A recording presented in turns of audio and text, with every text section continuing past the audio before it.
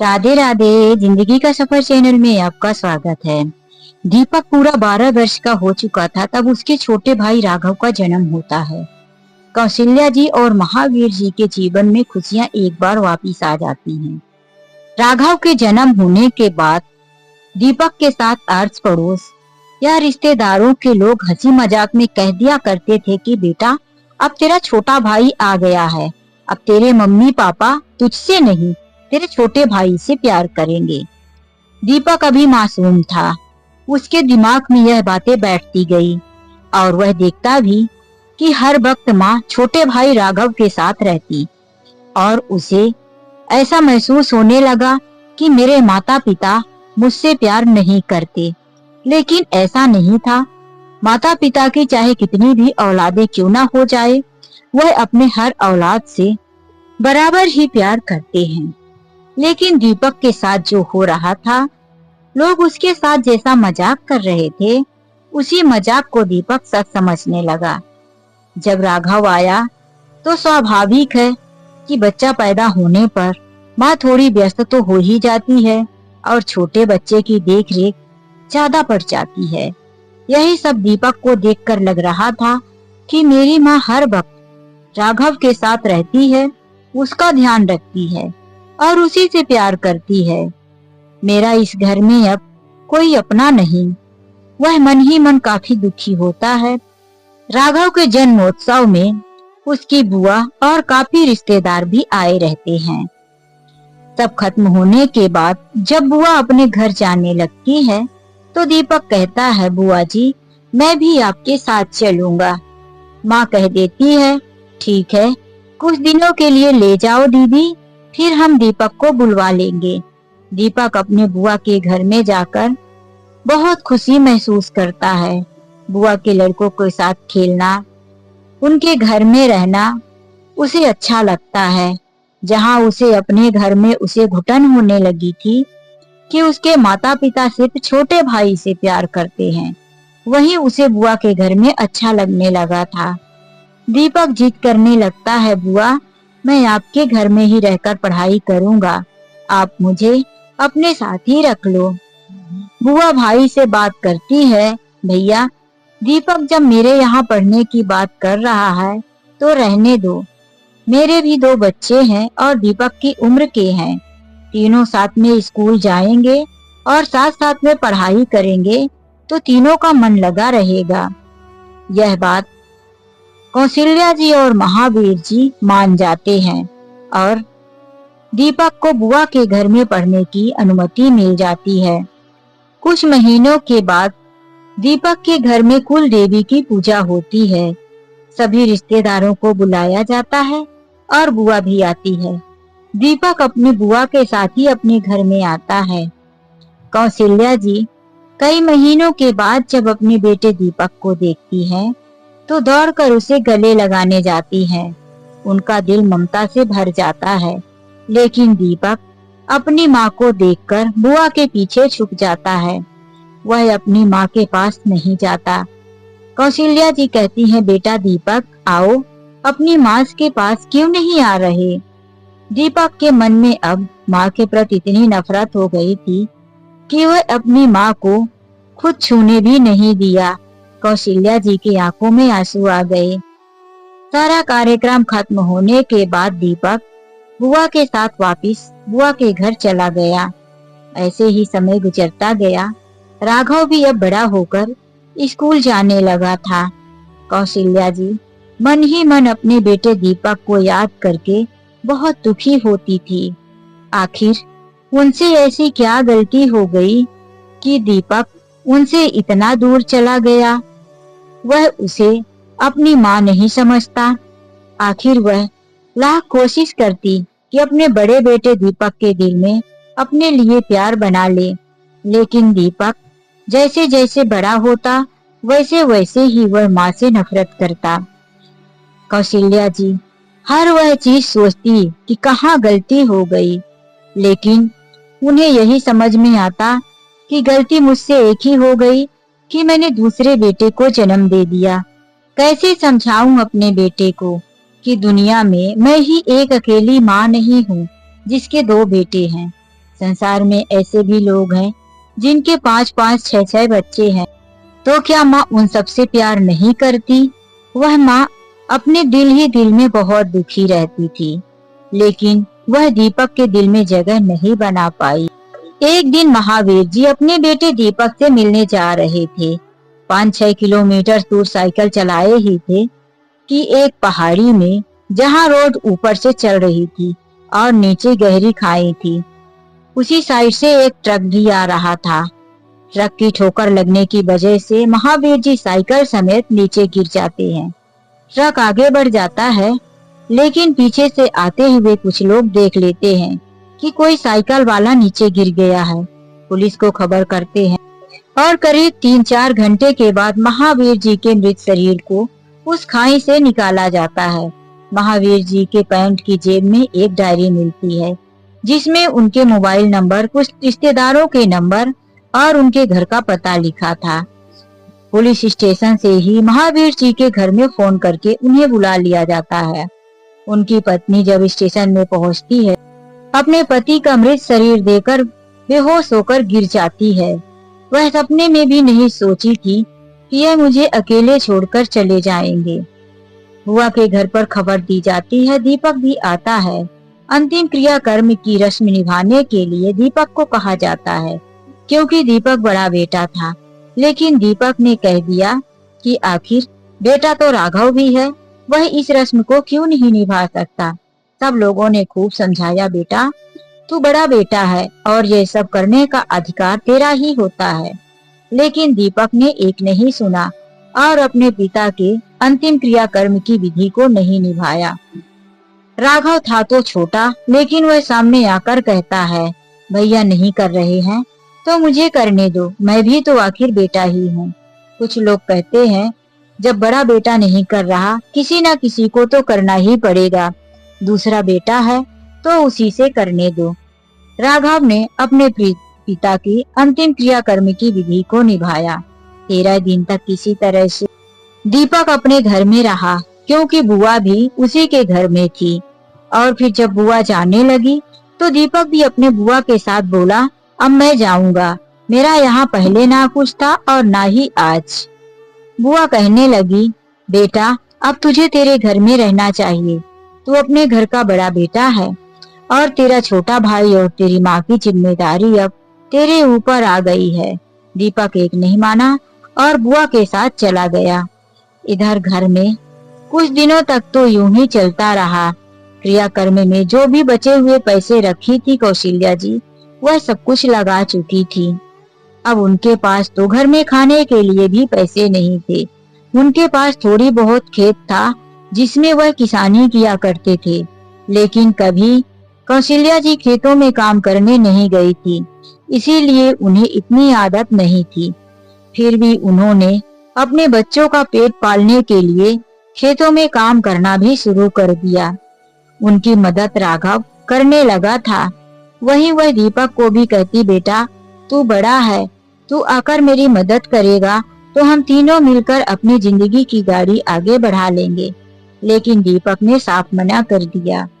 कुछ दिनों तक तो बुआ चुप रही, लेकिन एक बार बुआ ने कौशल्या जी से बात किया, भाभी अब भैया नहीं हैं। जितने दिन भैया थे तो दीपक की पढ़ाई और उसके खर्च के लिए पैसे भेजा करते थे। अब मैं अपने खर्च से दीपक को कैसे पढ़ा पाऊंगी? मेरे भी अपने 2 बेटे हैं, इसीलिए दीपक की जिम्मेदारी अब आप खुद संभालो। कौशल्या जी ने कहा, मैं तो कब से कह रही हूँ कि दीपक तू अपने घर में ही आकर रह, हम तीनों मिलकर अपनी जिंदगी का गुजारा कर लेंगे। जब दीपक जाने के लिए तैयार नहीं था तो बुआ जी ने एक बार दीपक से साफ साफ कह दिया, बेटा तेरे पिताजी पढ़ाई का खर्च भेजा करते थे, तभी मैं तुझे यहाँ रख पाती थी। अब यदि घर से तेरे पैसे नहीं आया तो तुझे मैं यहाँ कैसे रखूंगी? दीपक अपनी माँ से कहने लगा, माँ पिताजी के जाते ही तुमने मुझे पराया कर दिया।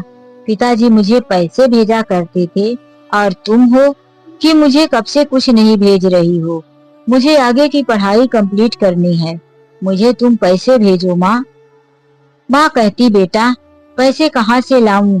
जो कमाने वाले थे वह तो हमें छोड़कर चले गए। दीपक बहुत नाराज होता। माँ, मुझे पता था कि तुम मेरे लिए कुछ नहीं कर सकती। तुम्हारा तो सिर्फ एक बेटा राघव है जिसके लिए तुम कुछ भी कर सकती हो। दीपक को खुश करने के लिए कौशल्या जी और राघव दोनों ही खेतों में काम करते। इस वर्ष राघव 10वीं क्लास में था। वह हमेशा से पढ़ाई में बहुत आगे हुआ करता था, लेकिन इस वर्ष वह अपने माँ के कामों में भी मदद करता। घर में पढ़ने का समय नहीं निकाल पाता था, जिसकी वजह से छमाही पेपर में ही उसके नंबर कम आए। वह काफी दुखी और उदास था। और इधर माँ जितना भी खेतों से अनाज मिलता उसमें से आधा बेचकर दीपक की पढ़ाई के लिए भेज दिया करती थी। दीपक 12वीं की परीक्षा पास कर लेता है। अब उसे कॉलेज जाना था। वह घर में आकर माँ से कहता है, माँ, अब बुआ के घर में भी रहकर कॉलेज नहीं होगा, मुझे शहर जाना होगा और मुझे शहर जाने के लिए पैसे चाहिए। माँ कहती है, बेटा तू यहीं से रहकर यहीं से नजदीकी कॉलेज में पढ़ाई शुरू कर दे और घर के कामों में भी मदद करना। लेकिन दीपक अपनी माँ की एक बात नहीं मानता। वह तो माँ से जिद कर बैठता है, यहाँ तक कि एक दिन खाना पानी भी छोड़ देता है। मैं नहीं खाऊंगा माँ, जब तक तुम मुझे शहर भेजने नहीं कहोगी। माँ भी अपने बेटे के इस तरह से जिद से लाचार हो जाती है, अपनी ममता के आगे मजबूर हो जाती है और परेशान होकर शाम तक कह देती है, ले बेटा तू खाना खा ले, तू जैसा चाहता है वैसा ही होगा, हम तुम्हें शहर भेज देंगे। दीपक खुश हो जाता है और कहता है, सच माँ, मुझे तुम शहर भेजोगी? हाँ बेटा, मैं तुम्हें शहर भेजूंगी। कौशल्या जी अपने हाथ की दोनों चूड़ियां बेच देती हैं और दीपक को पैसे देकर उसे शहर भेज देती हैं। पहली बार एडमिशन का समय रहता है, इसीलिए कौशल्या जी जाकर उसका शहर में एडमिशन करवा देती हैं। अब तो जैसे दीपक को आजादी मिल गई हो। शहर में वह अपने दोस्तों के साथ रहकर अपने माँ और भाई को भी भूल ही चुका हो। बस वह कभी फोन करता जब उसे पैसे की जरूरत होती। एक एक रुपया बचत करके कौशल्या जी अपने बेटे दीपक को भेजती रहती। पूरा साल गुजर चुका था, परीक्षा का समय आने वाला था। एक दिन राघव ने कहा, माँ, जब भैया को पैसे की जरूरत होती है तो तुम परेशान होकर कुछ न कुछ बेचकर भैया को पैसे भेज देती हो। आखिर एक बार जाकर देखकर तो आओ कि भैया की पढ़ाई कैसी चल रही है। अब तो परीक्षा का भी समय आ गया है। कौशल्या जी अपने बेटे के लिए घर से बनाया हुआ थोड़ा सा देसी घी और अपने हाथ से लड्डू मिठाई बनाकर बेटे से मिलने चली जाती हैं। डायरेक्ट कॉलेज में पहुंच चपरासी से कहती है, मुझे दीपक से मिलना है। जब कॉलेज के अंदर गई तो देखती है कि दीपक 3-4 लड़कों के साथ बैठे हुए बातें कर रहा था। वह उसके पास जाकर उसे आवाज देती है, बेटा दीपक, देखो तो कौन आया है। दीपक पीछे मुड़ता है और अपनी माँ को देख ठंडा पड़ जाता है। वह कुछ देर तक तो उठता ही नहीं, जबकि कौशल्या जी को उम्मीद थी कि दीपक मुझे देखते ही दौड़कर दोनों बाहें फैलाकर मुझसे लिपट जाएगा। माँ, तुम्हारी कितनी याद आ रही थी, इतने दिनों के बाद मिलने आई हो। लेकिन ऐसा कुछ नहीं होता। दीपक कुछ देर तक ठग बना माँ को देखता रहता है, फिर माँ का हाथ पकड़कर कुछ दूरी में लाकर कहता है, माँ, यहाँ तुम क्यों आ गई? तुमने तो फोन पर भी नहीं बताया। यहाँ आने से पहले एक बार मुझसे पूछ तो लिया होता। कौशल्या जी हक्का बक्का हो जाती है और कहती है, बेटा ऐसी क्यों बातें कर रहा है? मैं तुझसे मिलने आने के लिए तुझसे इजाजत लूं? अरे मैं तेरी माँ हूँ, तुझसे मिलने आई हूँ। साल भर हो गया तुझे देखे हुए। दीपक कहता है, माँ, वो बात तो ठीक है, लेकिन एक बार मुझे बता दिया होता। काफी समय से तूने फोन नहीं किया बेटा, इसीलिए अचानक तुझसे मिलने आ गई। मेरी बातों से तुझे दुख पहुंचा है क्या? दीपक बात बनाते हुए कहता है, माँ, अब हो गया, तुम जाओ। फिर मैं छुट्टियों में घर आऊंगा तो खूब मिल लेना। अब तक दोस्त भी आ चुके थे और कहने लगे, दीपक यह कौन है? दीपक अपने दोस्तों को थोड़ी देर दूर तक ले जाकर कहता है, यह मेरे गांव की एक चाची है। मेरी माँ ने इनसे घी, लड्डू और मेरी जरूरत की चीजें भेजी हैं। गरीब औरत है, मेरी माँ पैसे देकर इनसे घर का काम करवाया करती है। वह दोस्त मुस्कुराकर चले जाते हैं। यह बात दीपक की माँ भी सुन लेती है, लेकिन वह बात को ज्यादा ना बढ़ाते हुए कहती है, बेटा मैं तुम्हारी माँ हूँ और तुमसे ही मिलने आई थी। तुम मेरे साथ ऐसा व्यवहार क्यों कर रहे हो? दीपक बड़ी बेरुखी से माँ को डांटते हुए वहां से जाने को कह देता है। माँ अपने घर आकर काफी उदास रहती है। राघव पूछता है, लेकिन कौशल्या जी कुछ नहीं बताती। फिर भी दीपक इतना तो समझ ही जाता है कि माँ के साथ भैया ने अभी भी कोई दुष्व्यवहार ही किया होगा, इसीलिए माँ का इतना मूड उतरा हुआ है। अब धीरे धीरे समय ऐसे गुजरता है कि दीपक को आज शहर में रहते हुए 4 साल गुजर गए थे। इन 4 सालों में दीपक ने अपनी माँ से इतने पैसे मांगे कि बेचारी ने अपने सारे जेवर, कीमती बर्तन सब कुछ बेच दिया था। खेतों से आया हुआ अनाज भी बेचकर उसे पैसा देती रहती थी। लेकिन वह बेटा था कि कभी अपने माता से यह नहीं कहता कि माँ तुम्हें किसी चीज की जरूरत भी है क्या। अब राघव भी कॉलेज में पहुंच चुका था। उसने से माँ से कहा, माँ मैं अपने घर के पास में ही जो कॉलेज है उसमें एडमिशन ले लूंगा, तो हमारा हॉस्टल का और जाने आने का भी खर्च बचेगा। यहाँ तो 1 किलोमीटर दूरी में सुबह जल्दी उठकर तैयार होकर चल के भी चला जाऊंगा। खूब मेहनत करूंगा तो गांव से भी अच्छी पढ़ाई हो जाती है। ऐसा नहीं है कि पढ़ाई करने के लिए हमें शहर ही जाना जरूरी है। माँ अपने छोटे बेटे के इस फैसले से बहुत खुश होती है और उसे ढेर सारा आशीर्वाद देती है। छोटा बेटा कॉलेज पढ़ाई के साथ साथ नौकरी भी शुरू कर देता है। प्राइवेट दुकान में उसे नौकरी मिल जाती है और अपनी माँ को खेतों में काम करने से मना कर देता है। वह खेतों में अपने मजदूर लगा देता है। अभी भी जितना माँ और बेटा काम करते रहे, सब बड़े भाई दीपक को भेजते रहे। एक दिन राघव ने कहा, माँ भैया को शहर गए हुए पूरे 6 साल हो चुके। भैया की कॉलेज की पढ़ाई तो सिर्फ 4 साल की थी। अब तक भैया की नौकरी लग जानी चाहिए। अभी भी भैया हमसे यहाँ से पैसे मंगवा रहे हैं। माँ मेरी बातों का बुरा मत लगाना, लेकिन भैया के बारे में एक बार जानना जरूरी है, क्योंकि भैया की पढ़ाई भी खत्म हो गई। अब 2 साल से भैया शहर में क्या कर रहे हैं? माँ ने कहा, बेटा कब से मैं भी यही सोच रही थी कि आखिर दीपक अब शहर में क्या कर रहा है और हमसे ही पैसे क्यों मंगवा रहा।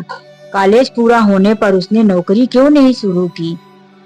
यह सोचकर दोनों माँ बेटे दीपक से मिलने शहर पहुंच जाते हैं। दीपक का कोई पता नहीं था उनके पास, इसीलिए कॉलेज में जाते हैं।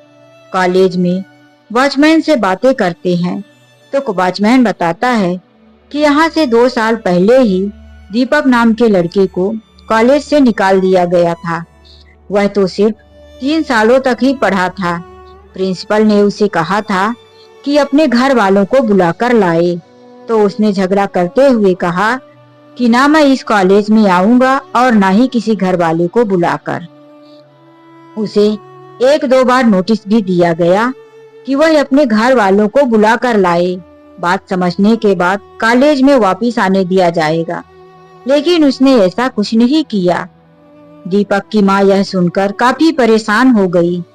तो अब दीपक कहाँ रहता है किसी को पता नहीं था। वॉचमैन ने उन पर दया करते हुए कहा, मैं कॉलेज के लड़कों से पूछकर बताता हूँ। दोनों माँ बेटे इंतजार करते रहे। फिर पता करने पर एक लड़के ने बताया, जो कि दीपक का जूनियर था, मतलब 2 साल पीछे था। उसने बताया कि दीपक मेरे ही मोहल्ले में रहता है और मैं उसे जानता भी हूँ। दीपक की माँ ने उससे कहा, बेटा तुम मुझे चलो उसका पता बता दो। वह लड़का राघव और माँ को फ्लैट के बाहर ही छोड़कर वापिस आ जाता है। राघव डोरबेल बजाता है तो अंदर से एक लड़का आकर पूछता है, आप लोग कौन हैं? किससे मिलना है?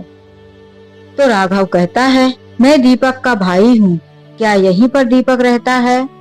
तो वह लड़का कहता है, हाँ, हमारे साथ ही दीपक रहता है। ये कौन है? तो वह कहता है, मैं उसका भाई हूँ और यह माँ है, हम लोग दीपक से मिलने आए हैं। वह लड़का अंदर बुला लेता है और बैठा कर कहता है, आप लोग बैठिए, मैं आप लोगों के लिए चाय पानी की व्यवस्था करता हूँ। लेकिन माँ बीच में ही रोकते हुए कहती है, नहीं बेटा, दीपक दिखाई नहीं दे रहा, कहाँ है? तो वह लड़का कहता है, दीपक हफ्ते भर से कमरे में नहीं आया है, शायद आज शाम तक आएगा। माँ घबरा जाती है, बेटा, यहाँ भी हफ्ते भर से नहीं आया, आखिर दीपक ऐसी कौन सी नौकरी करता है जो उसे खुद के पैसे कम पड़ जाते हैं और हफ्ते हफ्ते भर कमरे में नहीं आता।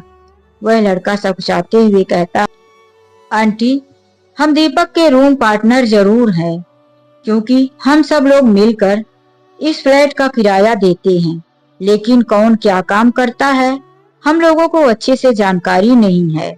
बस सब यहाँ रहने वाले नौकरी करते हैं और सुबह अपनी अपनी ड्यूटी में चले जाते हैं। दोनों बैठे वहाँ इंतजार करते रह गए। सुबह से शाम होने चली, अब तक दीपक लौटकर नहीं आया। राघव ने पूछा, माँ, तुमको भूख लगी होगी, मैं बाहर से कुछ नाश्ता लेकर आऊं? माँ ने कहा, नहीं बेटा, मैं नाश्ता तो बनाकर घर से लाई हूँ, दीपक आ जाए फिर हम तीनों बैठकर खाएंगे। लेकिन शाम होने चली थी, दीपक नहीं आया।